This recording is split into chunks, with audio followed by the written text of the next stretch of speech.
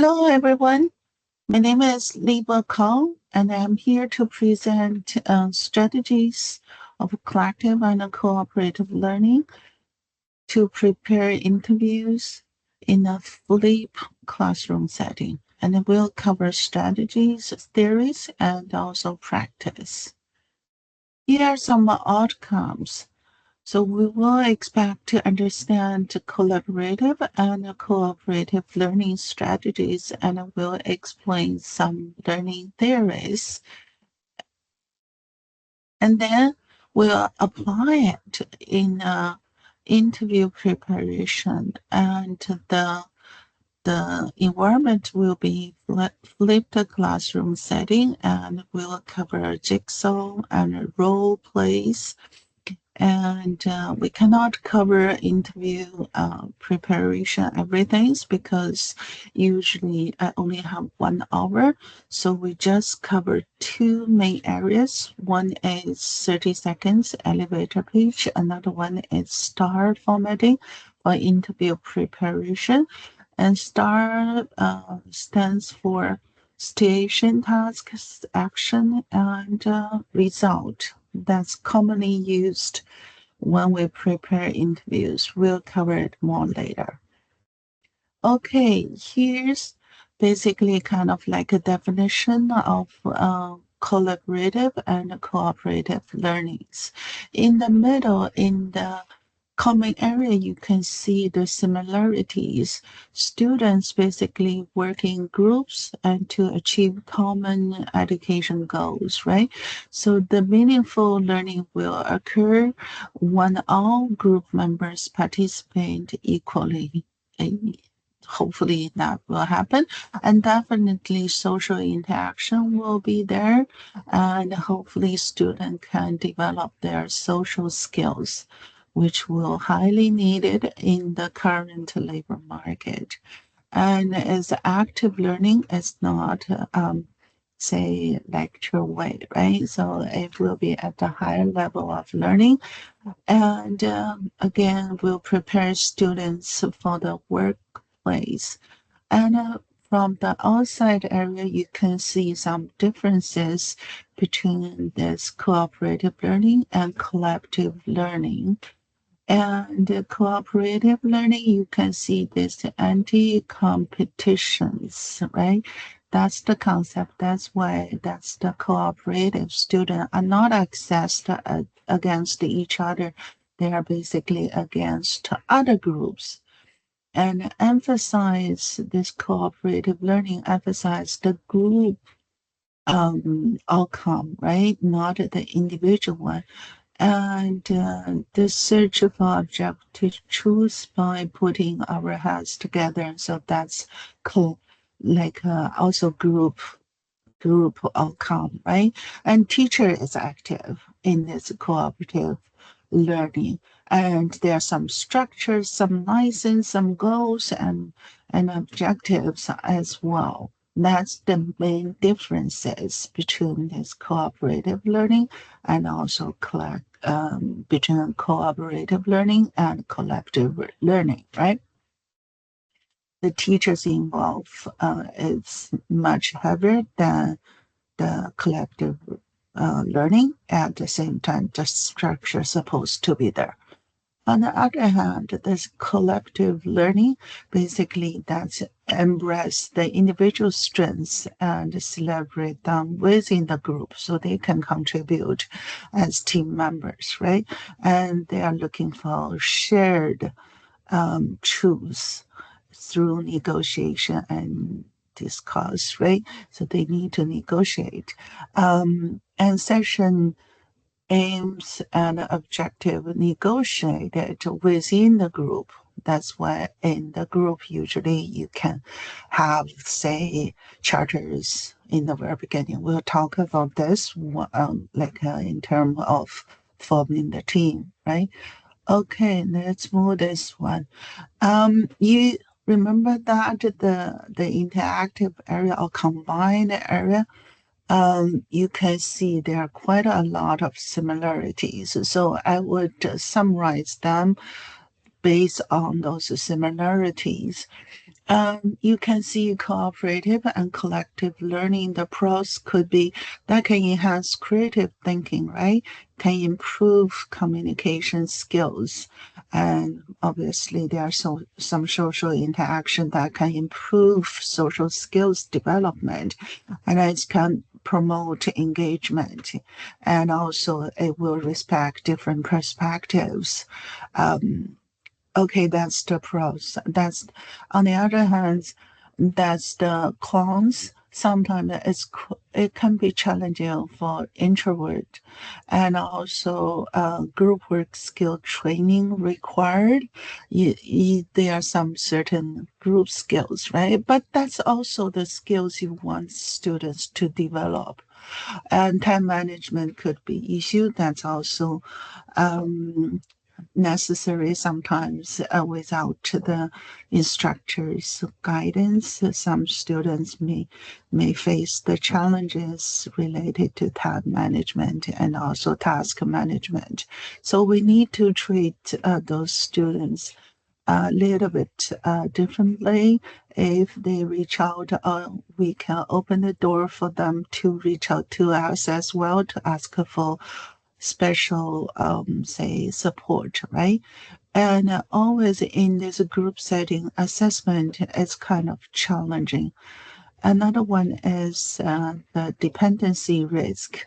In a group, sometimes there are some, this group dynamic is called kind of group floating.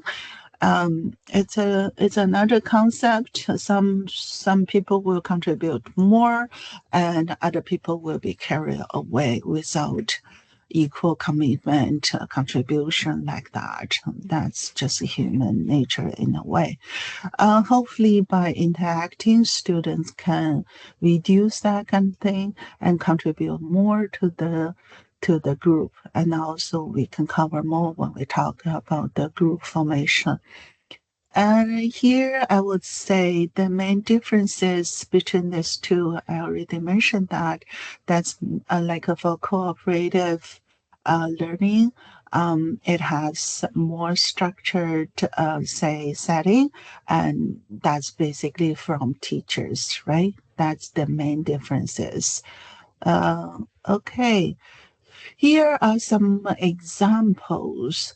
Um, is like one is not that much in formal way. You can see that could be collaborative learning. If it's with a good structure with teachers involvement, we can say they are cooperative, but it's hard to separate them, right? So I just combine them here. Online forum, that's definitely should be under here, right? In this society, that can be very, very effective through those softwares and also the forum, right? So they can post their opinions and the students can add their, say, opinions, provide feedback so they can learn collaboratively through this way. And also the table group work. The group, like the table setting, should be encouraging this cooperative and also collaborative learning, right? That can encourage conversation, resource sharing. And next one, like right now, everywhere you see the technology, and in the classroom, you can have that as well, right? A lot of games can be done online. Who something quiz, online quiz, that kind of things that also can motivate students to be the winner, right? By competing the contents and the speed as well. Next one could be problem-based learning. We can present certain problems and ask students to collaboratively to solve those complex problems. And another one is very commonly used case-based learning. Basically, students will be giving real-world cases and they will discuss in their groups and then they will present back as a group, right? I put right under this jigsaw and role play. That's the two, I would say, learning method I will apply in my license plan. Jigsaw basically students will be divided into small home groups, and each member of the group is assigned a different portion of the overall material to learn. That's the normal way, but I will modify this a little bit. At the same time, I will apply this role play. Student will assume certain roles and act out according to the given scenario and to practice those problem solving skills. Okay, here's a research I found, and this person, Young, in 2023, actually did a historical review about collaborative and cooperative learning. Here's the abstracts, right? And something I learned that quite interesting. That's basically says two group of scholars. They started independently to research either collaborative learning or cooperative learning. And that's from 1960-97. And that actually kind of direct us into different directions, right? And the next one, um, that's why they have some, say, distinct features while sharing many similarities. And next one, this person basically Young did the summary, historical review about both, right? And summarize in four areas, I would say. And here I basically just copy a table from that, but it taught me quite a lot of things. For example, you can see the origin are quite different. Collaborative learning that's started from British school and universities, while this cooperative learning that's from American social psychology. Quite interesting. I know all those, say, student level, they are different. Like for collaborate is more higher education, but for co-op learning, those students are that were a little bit younger, right? Um, and the purpose, I would say, a little bit different. And the theoretical foundations, you can see they quote different theories, right? But I see they are similar. One, like for collaborative learning, they were talking about social construction, constructivism, and critical pedagogy. And for this cooperative learning, they talk about social interdependency and cognitive development, behaviorist learning. It's different, but there are some commonalities, right? This one, like those researchers, they are different. Like for collaborative learning, those researchers, they are humanist educator in literature and philosophy. That's interesting. And cooperative learning, they are basically social psychologists and STEM educator. And another interesting thing is the research methods are different. For collaborative learning, they use qualitative method, while the cooperative learning they mainly use quantitative method, right? And the research focusing a little bit different as well. The collaborative learning was focusing on outcome, while the cooperative was focusing on process. and the knowledge type they use to do the research, they have different thing as well, right? Right, like yeah. So that's for the collaborative one. There's no fundamental knowledge. It's just a question answer, that kind of things, right? But for the cooperative one, they have, say, some foundation knowledge, that kind of thing. Task type, like for collaborative learning, that's open-ending task, and for cooperative, that's close-ending tasks. Collaborative learning, the group is a little bit rules to structured, and for cooperative learning, that's also highly structured, right? In my opinion, this can lead to the differences I just mentioned in the previous say slide, right? Another one is about assessment. Remember that this collaborative learning is more assess on those group performance, while cooperative learning was more assessing on individual learning. And there are others, right? Like method peer tutoring. That's the. Let's continue this one to next one. Okay, the type of strategy or method, that's different examples of those. Say the left hand side, that's collective learning. Right hand side, that's cooperative learning they used, right? I want to point it out, like this Young actually list those, say, jigsaw under the cooperative learning, and later on you will see other people that actually see that as collective learning, but that's one of them, right?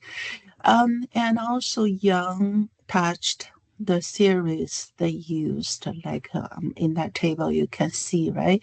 So I asked ChatGPT to summarize it. Collaborative, basically the theory that can support this is social constructivism and also communities of practice, and that's the explanation, right? And the cooperative, the theory that can support that is social independency theory, cognitive development, and also behaviorist principles. And here's the explanation what that means. Obviously, that ChatGPT's. I don't want to read them. Okay. Okay, here, when we talk about this cooperative learning, there are basically three types of groups. One is a formal cooperative learning group, and they are usually small groups, and they are doing a specific project or assignment. And also, there are informal cooperative learning group. That's also a small group doing a very quick task or discussion, right? And another type of group, cooperative group, is a base group. They are long-term groups and they stay together, and usually they have a little bit more complicated task they need to work on. Okay. Um, this one is very interesting. Like during this cooperative learning, there are some five elements we need to consider. The acronym is PIG's face. Let's say P. P means positive interdependency. We talk about that. I talk about interdependency a little bit, but that should be positive, right? And I, individual accountabilities. Yeah, so everyone is accountable. Another one, G, that's a group process. and we hope to develop social skills. And that's a face to face, right? To promote those interactions. I think right now there's a face to face sometimes is also can be done online after this COVID-19. I know it's happening, but it's getting less and less now. Okay. Um, no matter which way, either collective, collective and cooperative, we have to form groups, right? Teams or groups. And here's the model, Pac-Man's, how this group or team can develop. Usually when you form the team, right, they can choose by themselves or the instructor can assign them based on certain criteria. That means the team is formed. When the team is formed, it doesn't mean the team will function well. And usually they need to know each other. That's the social interaction, right? Because of that, and this productivity actually go down. Our performance of the team go down. It's the storm stage. And after a while, after they do some activities like a teamwork, team building, and the team will pick up and go to the normal stage. And from there, the team can perform as a team. The team supposed to be more productive, more efficient than individual. That's why this one once it's formed, it can go down, but later on it can the perform can pick up as a team. That's why the team is very important. Sometimes you need to spend some time, a little bit time to do the team building and to create the bond so they know their role in the team. At the same time, they know how to support each other in a team setting. And hopefully, that's my personal belief. They should perform their strengths and avoid the weakness, so other people they can perform their strengths and weakness. Hopefully these two can overlapping and support each other. That's where the team performance should be higher than the individual performance. That's my hope. Okay, we talked about the strategy, we talked about the theories. Now it's the time for us to practice. I basically designed this lesson, but my time is very limited. I only have 1 hour, and usually I have less than 10 students. Sometimes just 4 or 5 students. That's already good. Hopefully, after this practice, we can have say 10 to say 20 students, and then we can practice this one. Okay, basically we'll cover the strategy of a collective and a cooperative learning in interview preparation in a flipped classroom. I think, okay, I will pause for 5 seconds to think what is flipped classroom.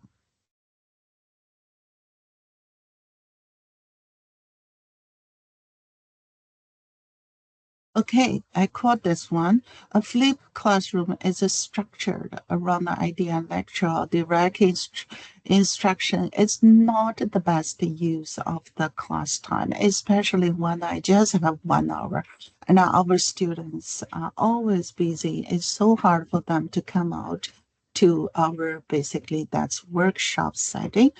So I would say I want to apply this flipped classroom so they can prepare before the class or workshop, so we can have some more time to do those activities, and that involves a higher order of thinking and learning. That's why. Okay, here are some pros and cons about the flipped classroom. The pros, it's flexible and a student can learn it in their uh, pace, right? And they have to take the ownership. They decide when to learn, what to learn, how to learn, right? And also they can ask their peers if they have some questions. They also can ask instructors before the class. And from this model, we can see that's a high level of learning, right? At the same time, the cons can be some challenges, like they need to have this self-discipline, and sometimes it's hard to develop those learning habits, especially when you are a little bit lacking of time and task management, right? And obviously, the instructor cannot monitor, is self-driven, basically. And it can be challenging for some students, especially for some students who may have special needs, or some students who are just introverts. um, yeah, that's so we need to develop certain, say, resources for them to feel comfortable to prepare before the class. And I did try something I will show you later. Um, okay. The flipped classroom, before the class, I basically separate them into three blocks. The first one is read the resources of the interview preparation. That's clickable under the website. And out there on the website, there are so many that kind of resources are available, like how to prepare interview, cover letter, and also resumes, right? There are tons of resources out there. Students just need to have those basic knowledge. So that's why we hope by doing this, they can come with the learning mindset. At the same time, it can save our classroom time, right? The second group, I would say, to address those students' needs. The first one is about growth mindset. It's a video, like for students who, yeah, who say apply for jobs or have interviews. They often get rejections, right? And sometimes it's really difficult for them to handle. So how to see it from the growth mindset perspective and learn from each time. And I would say, like, I want to share one example. I used to work with one person, and that person was a newcomer in Canada, came to Canada with a very professional background. And each time when he went to any kind of interview, he would write down the questions, and then later on we'll practice on those answers. Yes, at the end, basically, he developed about even more than, I would say, more than 50 questions and also answers, right? You think they are not just tell me about yourself, what do you like, what do you don't like. The majority of them, they are professional questions. And after that, I told him, yeah, now you're ready. He will get the job very soon. Actually, yes, he did get a very professional job, first job in Canada. Now he's the dean of a department of in a public university right now. Yeah, that's how he started. Just treat all those, say, rejections, failures as not yet, as a learning starting point. That's how to develop this growth mindset. The second one, this person actually talk about the power of introverts, right? In a group setting, sometimes it's challenging for the introverts to come out to share their opinion. But if you prepare well, actually, you can, even you are introvert, you still can bring very in-depth, well-sorted idea, opinions, or some solving solutions to the table, to the group. Actually, personally, I would say this a flipped classroom setting. Yes, it's challenging for introvert, but maybe more efficient for them as well. And the third one is 30-second elevator pitch. It's also a video. Like I said, I only have 1 hour to cover everything. That's not possible. So I choose to do two things. One is 30-second elevator pitch. That's basically to tell me about yourself in 30 seconds. 30 seconds, usually that's the time period to ride elevator with other people. It is well used in the interview setting. It's also can be the opening conversation during the networking event or even just talk to a stranger. That's in my opinion, it's a skill those people everyone should have, not only the job seekers, including myself. We should develop this 30-second elevator pitch very well. That's your own branding, your marketing tools, right? Another group of questions I listed there. Actually, this one I learned from my collective learning. I posted the lessons plan and Ken provided the feedback, and I give it a thought. I feel if I have the luxury to have more students to register before the workshop, I will try to form the group to encourage them to learn collectively even before the class. But at least I will share those questions with them before the class. Hopefully they can reflect on those and come to the class with questions and also with the motivation to learn connect with this growth mindset. Like, what was your worst interview experience? What's making your interview stressful for you, right? What question do you hope get asked in an interview? That kind of question. I can develop this set of questions. Okay, that's a pre-class. And during this interview preparation in the classroom, I will apply this jigsaw learning. The jigsaw learning, you can see this general one, right? Promote cooperative and collaborative learning and encourage active participation. That's definitely yes. And no, with no or less classroom competition, everyone will contribute their part and build critical thinking and communication skills. You will be asked the question on the spot. You need to answer those questions right on the spot.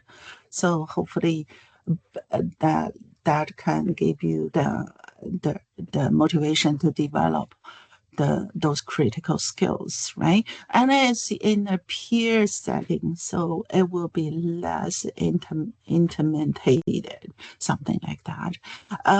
Like I will separate them into different groups, and with this mindset in myself, try to create those EDI groups so they can learn from different perspectives and they can contribute as well.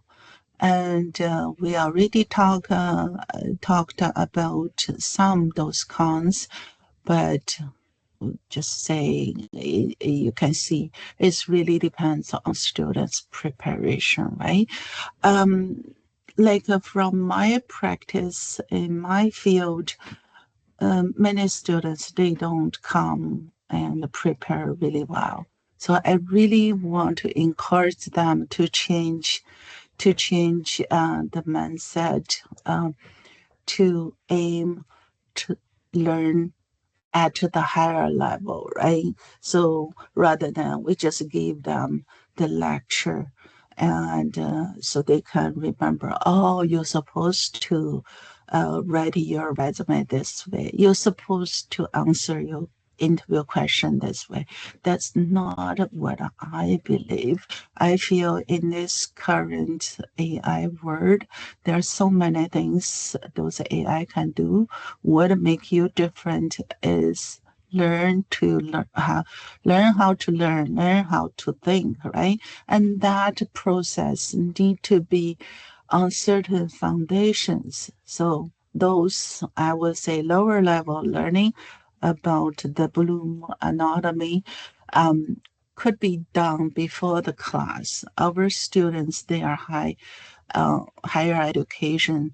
They're in higher education. They have the capacity. So we just need to encourage them to learn, to think how to think. That's why I apply this, say, flipped classroom. Hopefully they can prepare before the class, right? And hopefully they can participate with a purpose. It's a learning process, right? It's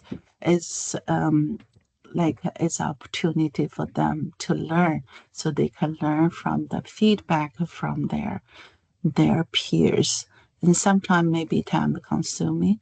For this one, obviously, I summarized this one from the article. I agree or disagree. Sometimes I feel, especially in my field, I feel I'm planting the seed in their heart.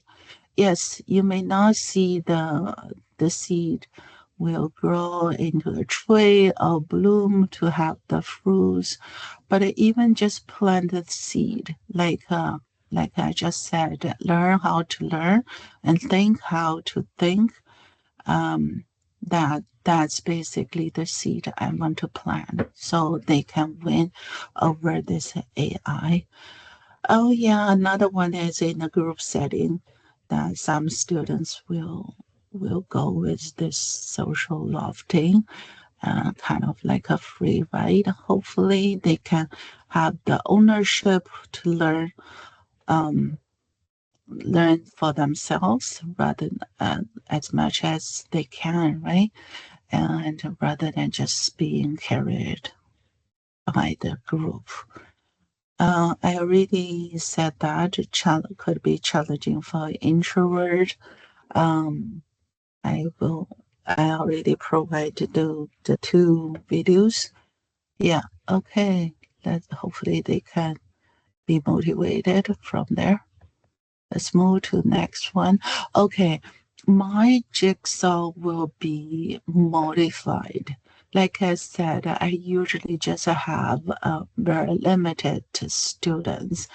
I think if that I have 10 students or 8 students, that's the ideal number I have. Right now, I even do not have that number. And also I can handle up to 20 students. I will separate them into two themes of groups. One group will have tell me about yourself in 30-second elevator pitch.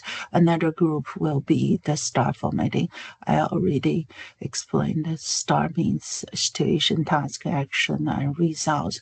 That's basically to tell me a time, I experienced past challenges, all past experience. There is a theory behind it. What you did in the past can predict what you will do in the future.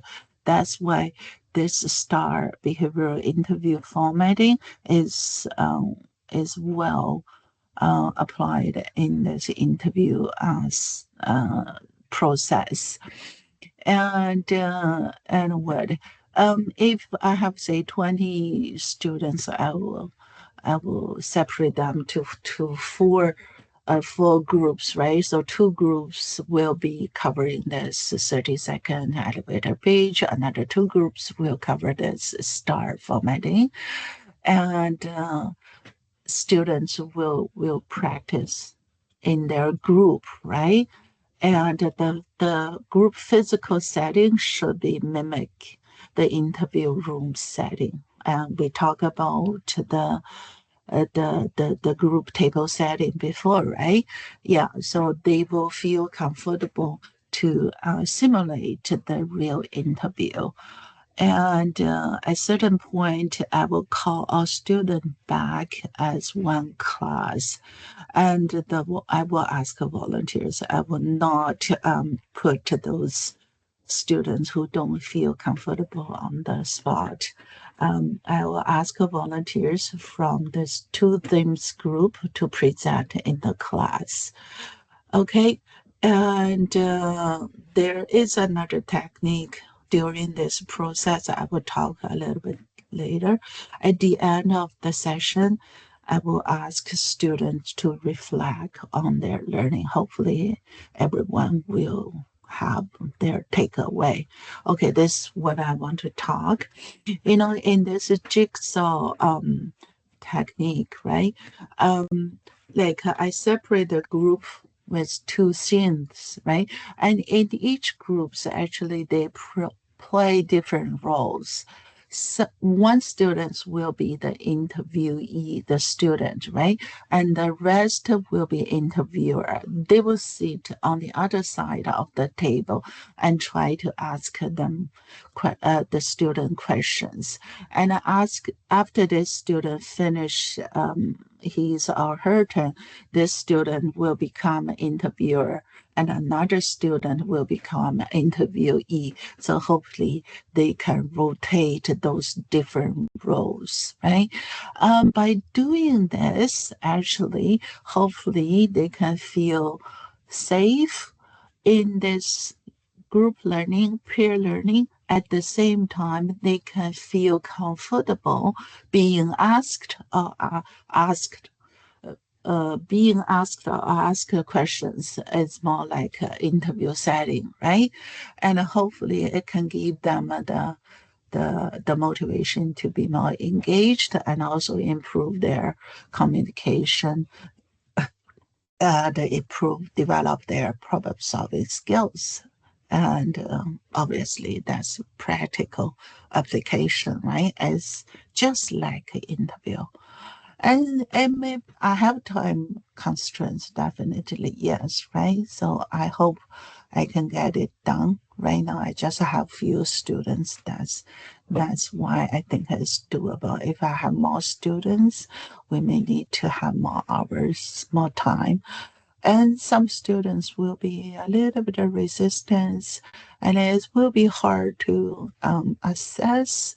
That's um, that's something I would say. I will monitor the room and see if there are some students who need more support, and also just try to encourage everyone to be involved. And we talk about the social lofting as well. Could be challenging for introverts. That's something. That's the video I want to share with the students even before the class. Hopefully, they can learn and feel comfortable to be in a group setting, learn from their mistakes, right?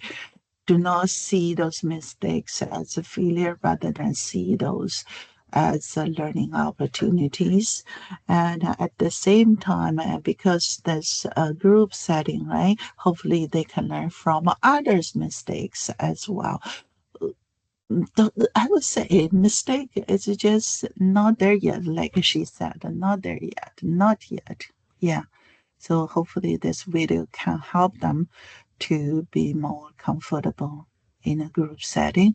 And this one is about the power of introverts. It's quite nice video. Hopefully those introvert people can be more um, more comfortable to share with others. They have beautiful ideas, and sometimes just because of the time they need, maybe a little bit longer, the space they need, maybe a little bit larger. So their voice may not be heard. And they have those deep thinking, beautiful ideas. We may need to create the room for them. At least I push this time a little bit early to before the class and before they can prepare in their own space. Hopefully that can ignite their learning as well. Is that okay? Okay, here's the summary. Um, we basically covered the general understanding, hopefully, about the collaborative and cooperative learning strategies. We also covered learning theories, right, from that Young's historical review about these two methods. And this part, the second part, is how to apply them in this interview preparation. I basically want to apply this Jigsaw, modified Jigsaw, definitely according to my time limit, and also my student numbers also limited as well. And they will practice different roles, and the main the quite innovative part would be flipped classrooms. So far, I think even in my industry, is very limited. We're still doing the lecture thing. I think we are already behind this AI changing world. AI is strongly connected with the labor market. And I guess you heard a lot of laid off because of AI. This AI also generated quite a lot of opportunities as well, right? So the like even in this career development field, I feel we need to learn how to learn, and we also need to think how to think as a human being, so we can find our sweet spot by using this AI as a tool, but at the same time use our brain to move this world, I guess. Okay, that's the end of it. Here's the no summary, the resources. Also some here on the second page. That's it. Thank you so much.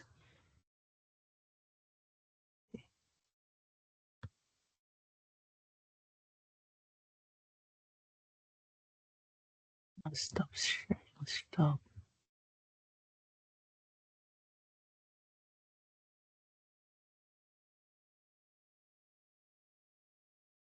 Okay.